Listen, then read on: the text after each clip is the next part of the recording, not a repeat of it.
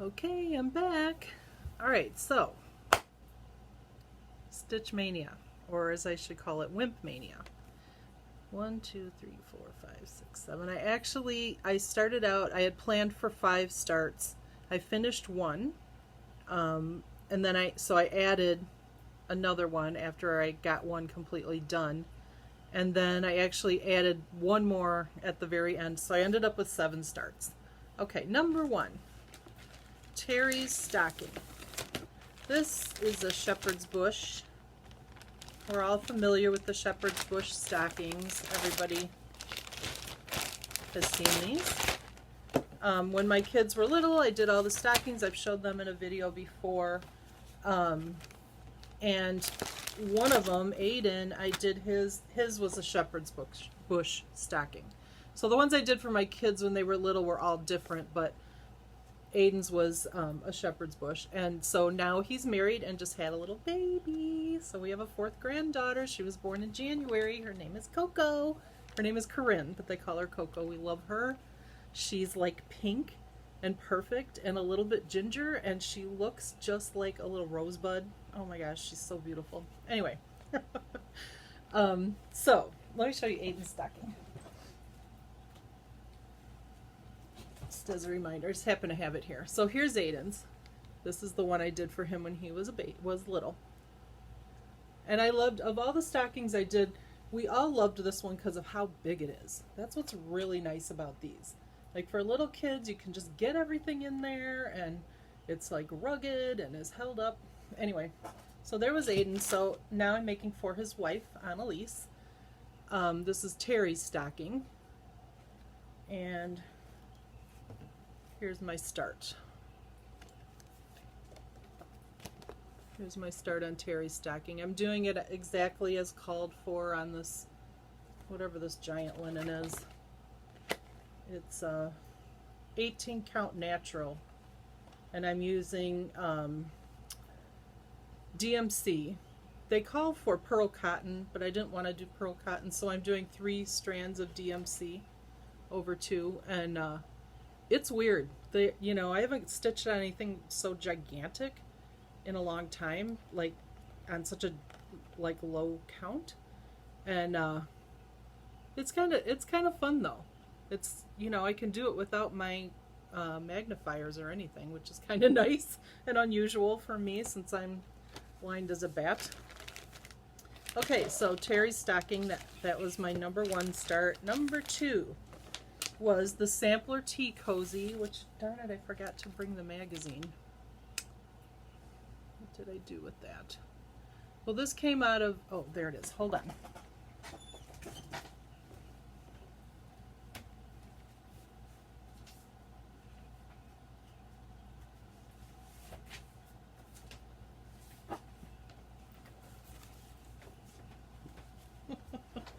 Sorry. Okay, this is one of my oldest whips. I don't even know how old this is. This magazine is like 1,000,000 years old, so you can see how beat up it is. So it came out of this magazine, Sampler and Needlework Quarterly, and it's volume 16. I don't know. It's old. It's been like water damaged, this thing. And so it's called Sampler Tea Cozy, and it's, a tea cozy that goes over your teapot, and I am going to finish it that way. So here's what it looks like. Isn't it pretty? Oh, love it, love it, love it. Why it took me so long to finish it, I don't know. But that was my second Whip Mania start, restart, whatever, and I finished it. It was Whip Mania that day. Day 2 was Whip Mania. So now all I have to do is, put it into, or, sew it up into a tea cozy, which I will do, because that's what I've wanted to do with it all this time. So that was amazing to get that done.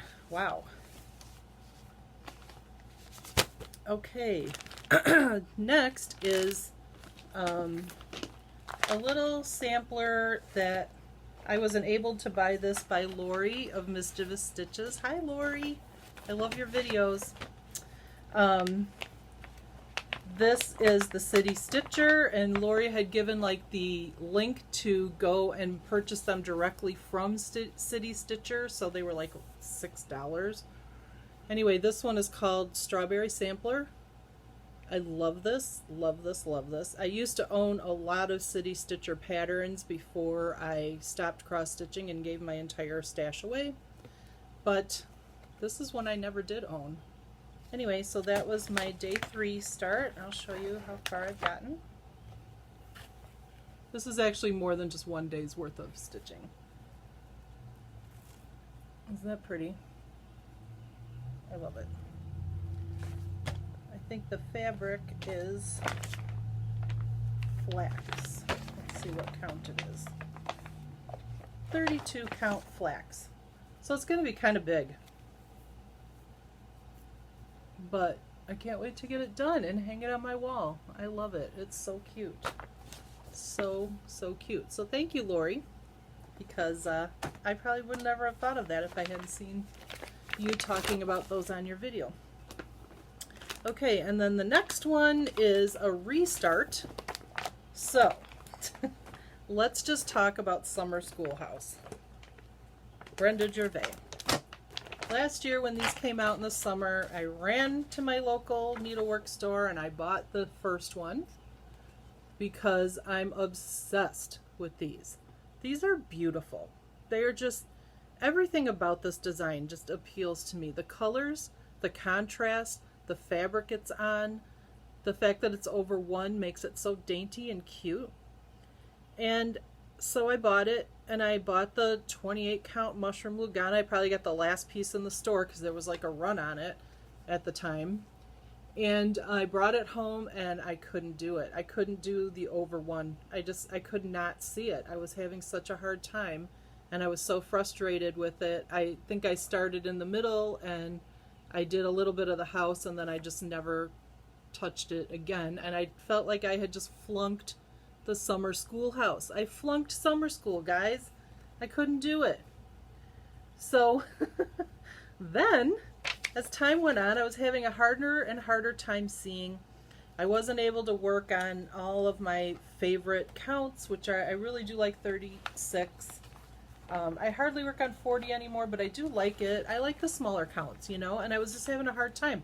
And then I went and got a now I can't think of the name of it, but anyway, it's the magnifier light that has the ring of LED lights. And I'm telling you what, it changed everything. Once I had that, and I don't even use the magnifier. I use the kind that clip onto your glasses. I don't even use the magnifier that comes with the light. It's just the fact that the light is so bright. It's like a bright white light. And having that by my stitching chair, all of a sudden I can see and I can do the small counts, and yay! Life changing. So I restarted this, but I went and I decided, because I love this so much, I was going to have to do all of them, not just the first one, obviously. So I went and got all the rest, and we all know there what those look like. They're so gorgeous. I'm going to do every single one. So I got a giant piece of the mushroom Lugana, and that's my start, and I cannot put this down. I love it. It's so cute, and because it's over 1, like, I didn't realize this because I don't think I've ever done like a whole piece over 1 before, but it goes so fast. Like, what is up with that? It goes so fast. I guess it's because you're not really counting the threads like you are with linen. Like, you have to go 2 over, 2 up, 2 over, 2 up. You're just hitting the holes, you know? So it's almost like Ada stitching, and I'm flying through it. I feel like that's only 2 nights of work. And the second night I was super tired and didn't work my usual amount. I usually work probably, a lot of times I stitched 4 to 6 hours a day. So, but it's usually on models. Anyway, so that was number 1, 2, 3, 4. Number 5 is another big A project because I'm insane. But I have loved this for years. I have looked at it for years. I have wanted to do it for years. I have a really super crappy picture of it. I'm sorry. Because my printer is not the best. This is American Antique Sampler. It was designed by Sandy Orton like way back in the 90s. I know it was released in Treasures of Needlework magazine because I used to own it. So pattern I used to have. But I had to buy it from Cooler Design Studios. It's a download. And I've always wanted to stitch it. Again, it's another one that is designed like the old Rhode Island samplers where you have the pillars and you have the, flower pots or baskets, whatever they are, and then you have this floral thing that comes around, and then there's usually what they call frolicking people or something. I think Betty Ring called them, or she coined the phrase, the frolicking people, in a pastoral scene. And this has called to me for years. So I finally decided I was going to start it. It's old, and I think it was because it was designed in the 90s. It was, I don't know if they thought people couldn't handle the high fabrics or because it was in a magazine or whatever, but it's on